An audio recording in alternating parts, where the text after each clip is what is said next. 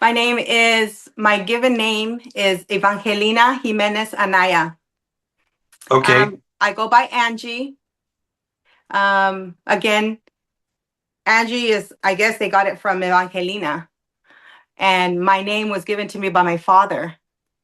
And so, growing up in school, my teachers couldn't pronounce my name. So they started calling me Angie. And so, um, I have to admit, for a while there when I was growing up in school, it was difficult for people to pronounce my name. And so I just went by Angie, and Angie is now on my driver's license. But since my father's passed, it's meant more to me because he gave me that name, and it's Okay. very unique, Evangelina. So explain for people where you grew up, for people who aren't from Ventura County. What was it like when you were growing up? Um, the city name, anything you want to share about it. Well, Santa Paula is a very, very small town, and it was even smaller back then when I was growing up as a child. We, well, my family is from Mexicali in Mexico, Baja California. And my father's from Michoacan, and my mother's from Zacatecas. So they migrated to Baja California, which is, well, it's Mexicali, but it's still in Mexico because land was for sale and they wanted to just, financially better their lives. So from Mexico, from the state of Michoacan and Zacatecas, they migrated to Mexicali, and that's where my parents met. And um, so I'm from El Centro, California, which is Imperial Valley, and but I have a very, you know, rich upbringing, and I wish I was born in Mexico, but that wasn't my destiny. So, but So what makes you say that? What makes you say that you because wish? I love my culture, because I love my upbringing. I'm getting kind of emotional because of everything that's going on right now. And it means a lot to me. And we're destined this life for a reason. And so, my culture is very, very important to me. You know, um, I'm sorry, but You're making me emotional. yeah, you know, we're proud. I'm very proud, and you have to experience it in order to feel the love and the richness that comes with it. Because we're family and our blood, we're just, it's love. And there's no, there's not a really better way to explain it, but you're brought up with love. And our ancestors that came before us, they showed us love, and they showed their parents love in unique ways. It was shown in very, very unique ways, whether it was very strict discipline or extremely strict discipline, but it was all out of love. And so, yes, so I was born in El Centro, California. And um,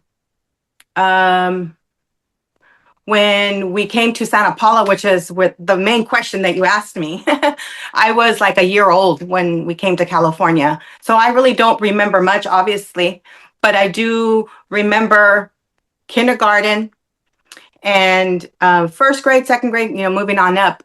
And it was very difficult, I have to say, because we were discriminated um, because of the fact that my first language was Spanish. And obviously, growing up around my brothers and sisters, you learn the English language. Then when you get to school, it's taught to you even more so. But um, I was discriminated. I remember discrimination in first grade. Um, some of the teachers, would say certain things, and they would put me in the back of the classroom, or um, they would. Certain other students were allowed to go before me, or certain little things, just little things that I knew. You can tell now that you're older and you realize you say, oh, to yourself, that was discrimination. Right. But you just went along with it. You don't really have a voice then, and it wasn't really a big deal that time because you just kind of go with the flow. But So my mom, she has a memory of being in elementary school, and she said that the teacher would call on the kids to come up and do something, and she would call on all the kids. And my mom said that for the whole school year, she would raise her hand, and she never got called on to come up. And she said at the Mhm, time, she just like didn't understand why. She didn't think much of it. But now mhm, she realizes she was the only Mexican kid in the class. The teacher was a white lady, and all the other kids were white. And she was the only kid that didn't get picked, to come up and do what the teacher asked them to. mhm. And now it's like a wound. It's a wound that she didn't know how to like verbalize it then, but now she fully sees it was just blatant like racism or Yes. yeah. So Hmm. that kind of sounds like what you're saying. Yes. There's a lot of other little incidents too that now obviously you as an adult you say and you say to yourself, wow, I was discriminated. And it was little things, but those little things now that you're older, it's like it's a big thing because you wouldn't do that to a child now. Right. I wouldn't do that to a child. And so for these teachers to be taught that way, to teach uh, you know, this type of treatment is obviously it's not good and it's sad actually. Were any of your teachers were any of them Mexican growing up, like in elementary school? No. No. No, so there's times that due to Facebook, I'm in the growing up in Santa Paula. So everybody from Santa Paula knows everybody, just about, everybody. So sometimes they'll post elementary classroom pictures and I'll take a screenshot and I'll send it to my kids. I have some of those. I think I do. I'm not sure. But anyways, I would send a screenshot to my kids and they would say, Mom, there's no Mexicans. There was like maybe two or three Mexicans in the classroom. And which is not a bad thing. I mean, it's not a big deal to me. And so, but they noticed it right away. And it's like, wow, yeah, it's true. Where I went to school, there was, mainly, more Americans than there were just, Mexican Americans. Right. And but I had a great time. I mean, I had a lot of friends. I'm in high school. When I went to high school, a lot of those students, we're all friends, even now to this day. It was never really a hate thing. It was just, you grew up with them in school, and it's just everybody's still cool with each other. Right. So, uh-huh. So going back to your childhood, if I was to ask you, using your senses, what do you remember hearing in the home, like music, conversations? Oh, wow. What do you remember smelling, food wise? In my home? Yeah, growing up in the Oh, house, wow. just Well, with the do you family. have time? I have so many things. Okay, so first of all, growing up, the main thing was the music, mariachi music, norteño music, rancheras. My father loved rancheras because he was from the rancho. And my mother too. They all grew up with everything with Javier Solís, Carlos y José, Los Relámpagos. Um, Rocio Dolcal, Vicente. Obviously, he was, back then he was, barely getting big. Um, but a lot of Mexican music. All our family used to always get together and they used to always party. And they had bottles of brandy and Budweiser and cocktails. And so, but it was just socializing and social drinking. It wasn't really like to get drunk and be obnoxious. It was just, there were social drinkers, my whole family, all the time. They were making salsa, barbecuing carne asada, menudo, everything. My favorite thing that reminds me of my mother is pico de gallo. She was always making pico de gallo, the onion and the cilantro and the chile, tomato. It's a very big staple in our home. And my mother was always making it. And that's one of the things that reminds me a lot of my childhood. Yes. So I know you like to cook. Oh, I love to cook. Well, there's a story behind that. Okay, what's the story? So, my parents, when we were growing up in Santa Paula, They both worked. My father worked very hard, and my mother also worked very hard. So me being the youngest, my sister Irma being the oldest female, growing up in a Hispanic home, us females, we had to take care of our brothers. We had to take care of the male, our father. Um, it was very role oriented, that the women took care of the men. So my Irma, being the oldest, she had to cook. Or Norma also had to cook, but she got married at a young age. So she got married at 18. So she really didn't do a whole lot. Rose obviously did too. And then after that, after everybody left, I had to do it. And I was 13 years old when I had to help, and I was forced to help. And I didn't enjoy it then because I was forced to do it. And I had to help my mom in the kitchen cooking. If whoever was the first one home, whether it was Rose or I was already a teenager. We had to be the first one to start dinner, because my mom was still working. My father, if he was home early, he wanted dinner, so it had to be ready.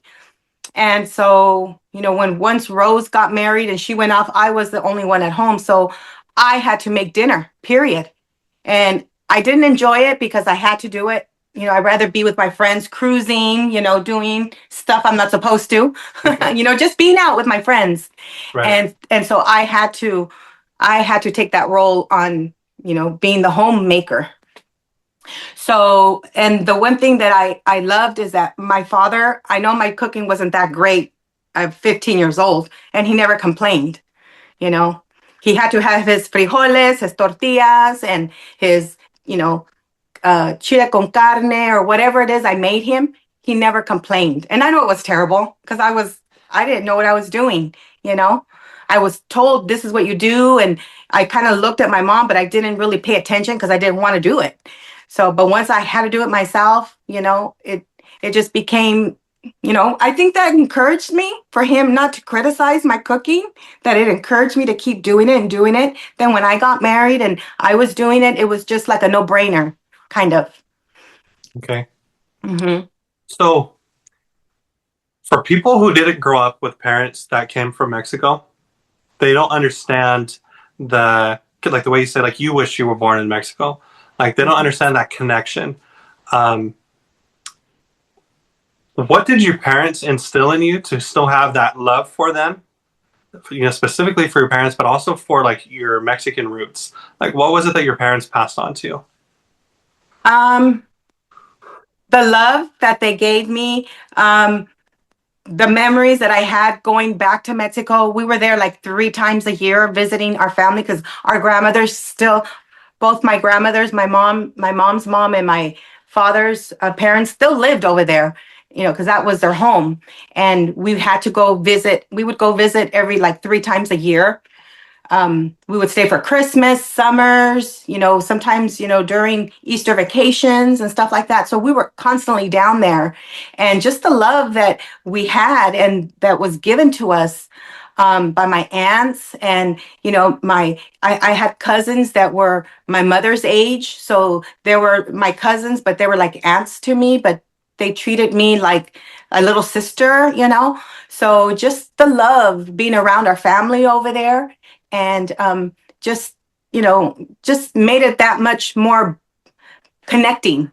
Right. And it was just like a habit. It's like, this is our family, this is us. There's nothing else. This is us. We live in Santa Paula, that's our life, but this is our family, this is our home. So that's why it stayed, with a lot of us. And it's unfortunate because as we got older, we saw how poor it was over there. The lifestyle is a lot different. We grew up, you know, different than our cousins that were in Mexico. And so, it was just a little different. Our mindsets were different. But that love and that connection was still there. Even now, when we connect, like when we, social media, when we, chat, we send messages and, hi prima, how you doing? ¿Cómo están? ¿Cuándo van a visitar? And, when are you guys going to come visit? And, vice versa. And it's sad because the only time we see each other basically sometimes is just like funerals. And that's unfortunate, but we need to like keep more contact with them. As we have our lives and our children and life. Right. Yes. So, what memories do you have of your grandmothers that maybe you could share? And specifically, that one day you're going to have grandchildren and they're going to be curious about the women that came before them. Like, what memories come to mind when you think of them? Oh my goodness. So I have a lot of good memories of so I have two sets of grandparents. Um my grandparents from my mom's side, my mom's parents, my grandfather, I didn't know him because he died the year I was born, the year after I was born. So I didn't know him. But I did know my grandmother, my abuelita Chole. Her name was Soledad Jimenez, Rodriguez Jimenez. And she was a very strict lady, a business woman, strict lady, very strict. And um, she, when we would go visit her, because we would stay with her when we go back to Mexicali to visit for family, Christmas or whichever, she was the home that everybody would stay there, all of us, and that's including my other cousins too. And so she was just she always welcomed us. She always had space for everybody. She always had food for everybody. This is your home. But like I said, she was very strict. So that strictness comes with kind of like, I'm scared, scary. Right. But I mean, it's just the way she was, and it's out of love. And but she lived right by a liquor store, so we would always walk over to the store, buy candy. And she lived in a place where everybody walked everywhere. In Mexico, everybody walked everywhere, so we would walk to the pharmacy, we would walk to the liquor store, to the market, to get tortillas. Over there, tortillas was a big thing. Every morning you get fresh tortillas. So if you're not making them, you're buying them. So you would walk to go get those. And my I had an uncle that lived there as well. So we would always get together. Whenever somebody from California was visiting, everybody got together. So those were good memories as well, because I would see all my cousins and my uncles, my mother's brothers. They're all gone now, but we had a lot of good memories there. Then my other grandmother, my dad's mom, her name was Antonia Anaya. Um, wow, they lived in a ranch, like, and so they had no restroom. We had to go to use the restroom in an outhouse. Um, the roads were dirt, but we had great memories. I had great memories there too because she had chickens. And every time I would go, she would tell me, I would tell abuelita, me quiero llevar un pollo, which means I want to bring home a chicken. Me regalas un pollo, quiero un pollo. And she would tell me, sí, mija, ¿cuál quieres? Which one do you want? Tell me which one you want. And I would tell her, oh, and I'd be looking and I'd say, I want that one. And so and she had other stuff going on. So she would go and she would get a chicken and she would wring it by the neck, and she was making our dinner. That was our dinner. So she kind of like, yes, mija, okay, you want a chicken? Okay, but she had other things going on. She was preparing dinner. Right. So she would get the chicken and she would twist it, and I was traumatized. So that traumatized me for a while. But that's a good memory of her because it's like she lives in a ranch. That's what they do. You eat what you grow. So and then all my father's sisters, they all lived there as well, and we would visit every time we would go down there. I was young, and I would go with my dad, my parents, and we would visit each one of them. And it was just wonderful because they all loved my father. They were so happy to see him. And then, us. And every time we'd go, we would make a carne asada, take some food, and we would cook. And it was always a party. It's always, a party, get together. And that's how it was ever since we were little to being teenagers to adults. It's the same thing. When you go, get together, food, cook, and just have a good time. So, what words, how would you describe your parents to people who never got the opportunity to meet them, to future generations who never got the opportunity to know them? How would you describe them? Oh, wow. I'm going to get very emotional because my your parents are very important to you and very, you know, they hold a special place in your heart because they're your parents. But my parents were very loving, very kind, very strict. My father was a very strict man, you know. But he did it out of love because he was very strict with the females, with us, even with my brothers, he was strict. But now, he did it out of love. It was because of love that he did it. And, but yeah, my father, everybody loved, a lot of people in Santa Paula knew my father and they loved him. They knew he was strict, but they would say, "Oh, Joe," or "Mr. Anaya." And, my mother, the same, very loving, very, very caring. She'd hold her heart on her sleeve. And she was always very kind and never judged anybody. Not even her own kids. She never judged her own kids. And, my mother is just basically, I would have to say she's close to being a saint because she was just non-judgmental and very, very loving. So, for people who don't know, um, your family worked picking strawberries, Mhm, right? And mhm, so now you see in current times, they're like targeting people who work picking strawberries, lemons, specifically there in Ventura County. And mhm. there's this emotional reaction to it by like, Oh, of course. so, Yes. so you having that background, like what comes to mind when I say these things to you? It's very sad and it's very heartbreaking because I mean, that's what we did all our life as, coming to Santa Paula.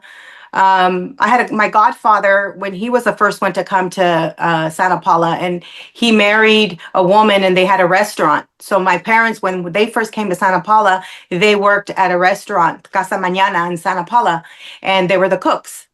And so after they divorced, my uncle and his wife, my aunt, they divorced. My parents had to find work, so they started working in the fields. My mother never picked strawberries. My parents never picked. They did kind of like my father did a lot of the labor, the tractor and the irrigation and doing all that. My mother was more like um, uh, gathering the women together, giving them their jobs, but she was still part of that.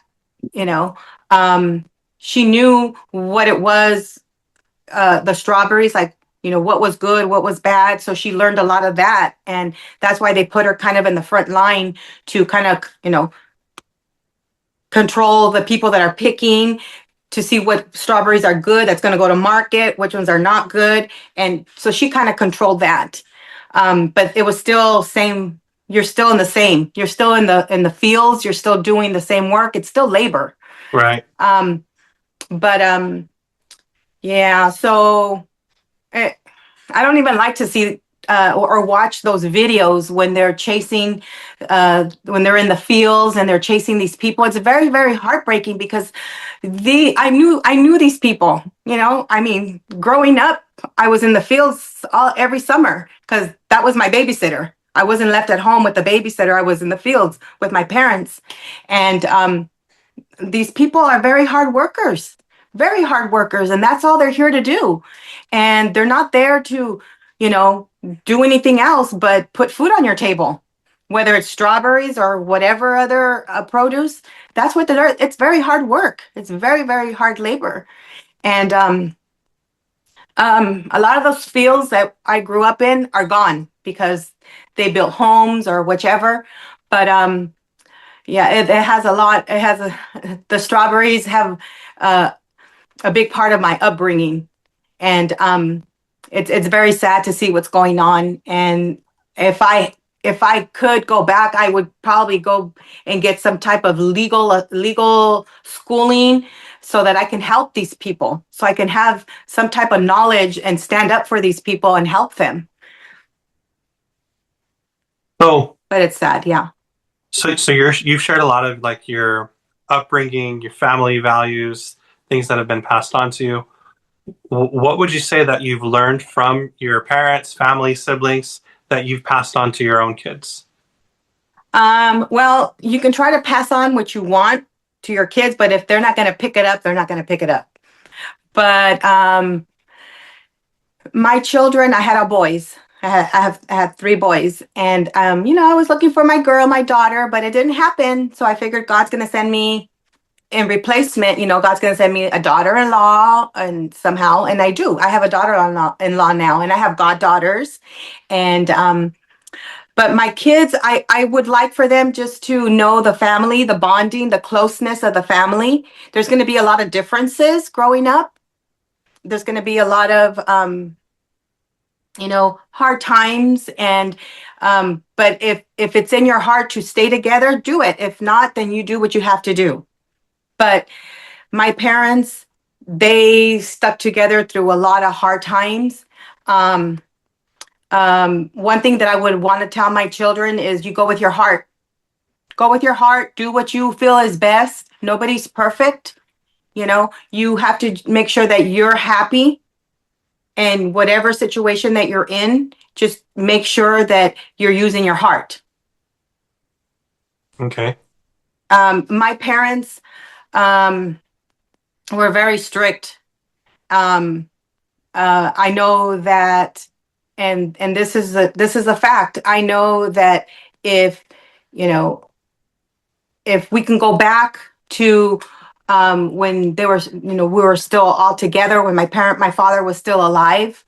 Um, we would all of us would go back and probably not do the things that we've done, because we want to make our parents proud in whichever way that we can, and things happen. So I have a couple more questions for you. Okay. What terms do you use to describe yourself? Like American, Mexican American, Mexican. What words do you use? Well, I'm Mexican. Okay. Um, I'm Mexican first. That's what I am. I'm American because I was born on American soil, but I am 100% Mexican, and my roots are Mexican. And um, it's being here in the United States, it's a little difficult to tell people or to show or to say. Um, my culture is very important to me, so I'm Mexican first, but I am American because I was born here. And that's just how I feel. Because if we can turn California into Mexico, wow, then we all be Mexican, right? Right.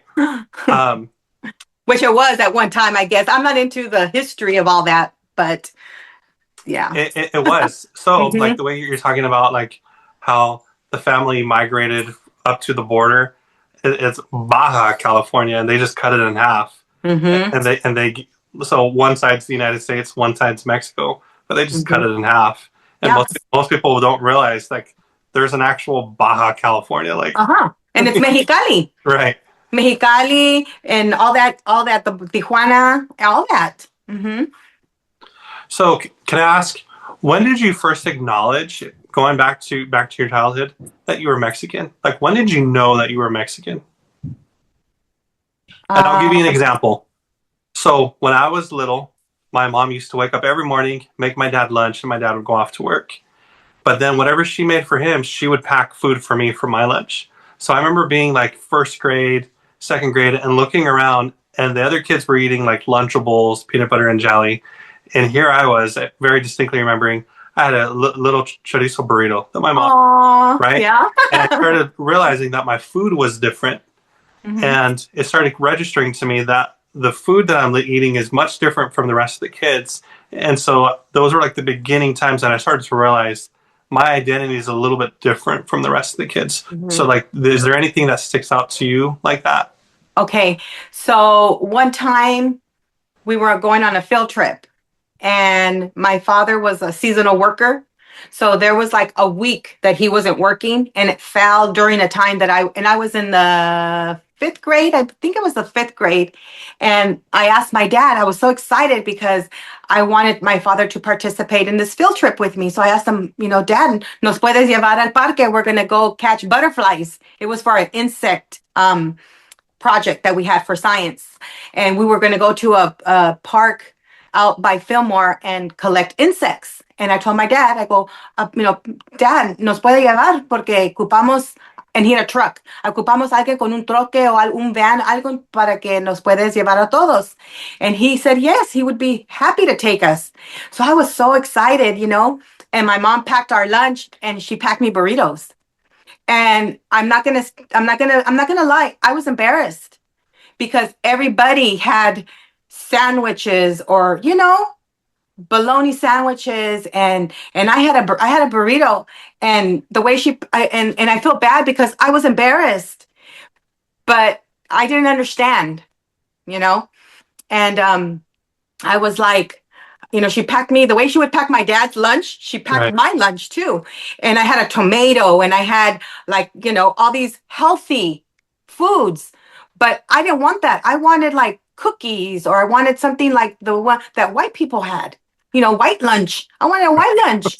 Right. And so I was kind of like, I was embarrassed, but I ate it because I was hungry, but I never said anything. And like, I didn't tell my mom, why did you do this? I didn't, I didn't say anything. But that was the day that I discovered, okay, I'm a little different, Okay. you So know? if you could go back in time and talk to your younger self, knowing what you know now, what would you say to your younger self in that moment? I would probably say something like, your mom made it with her hands, with her hardworking hands. Appreciate what she does for you because she does it out of love. No matter what it is, she thought of you and this is what she made for you. She could have made you nothing, you know? Right.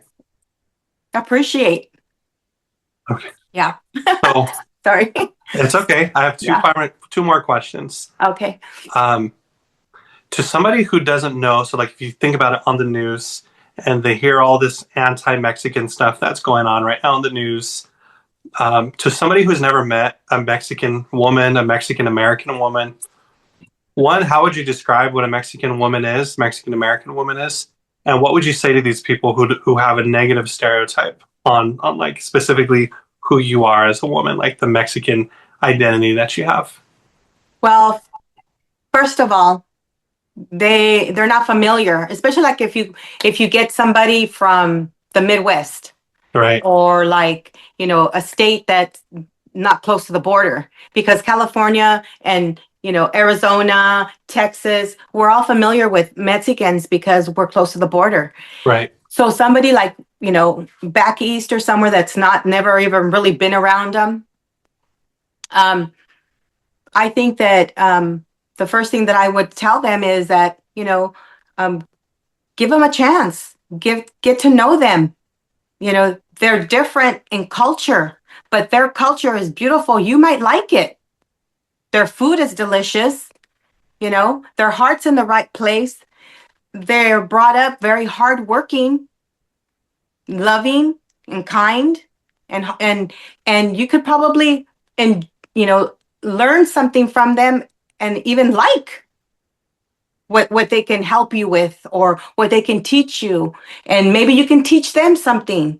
We can all learn from each other something, no matter what culture we are. There's so many cultures in this world that, we're the reason why we are Mexicans is for a reason. God gave us this culture, and God gave them their culture, and that person and this person. So we need to endure, and we need to, grasp the reason why, and enjoy it, and be loving and kind, and share it with everybody.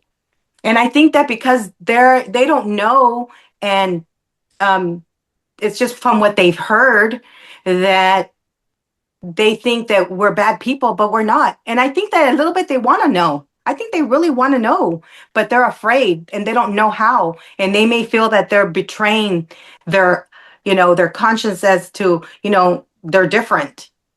But they just need to give us a chance. That's all it takes, is just get to know us. We're not bad people. Right. So my last and final question for you is Mhm. I want you to think about your future generations. I'm talking about grandchildren, great grandchildren. Hopefully they'll see this. Hopefully this will still be uploaded onto YouTube. What message do you have for them specifically about being proud of their Mexican roots? Is What this was what was it again? so it's your future generations. So Uh-huh. one day, like your granddaughter one day, great great granddaughter, who maybe will never meet you. But if you could tell those people, your future generations, what would you tell them specifically about being proud of their Mexican roots, the roots that you spoke so like close to your heart with? What would you Mhm. tell them about being proud to be Mexican? Well, first of all, you're given that culture for a reason, and it's in your blood, and it'll always be in your blood, no matter what. You can't erase it. So learn about it and know that there's a lot. It's so rich. It's so rich, and it's beautiful. And the music, the people, the respect and the love, it's just one of a kind. And learn about it. And that's all I can say, really. Don't don't don't um don't try to erase it, because it's in you. And if you maybe one time, or in the future, you can travel to Mexico and just enjoy the food, and the ambiance, um and just take it in. Okay.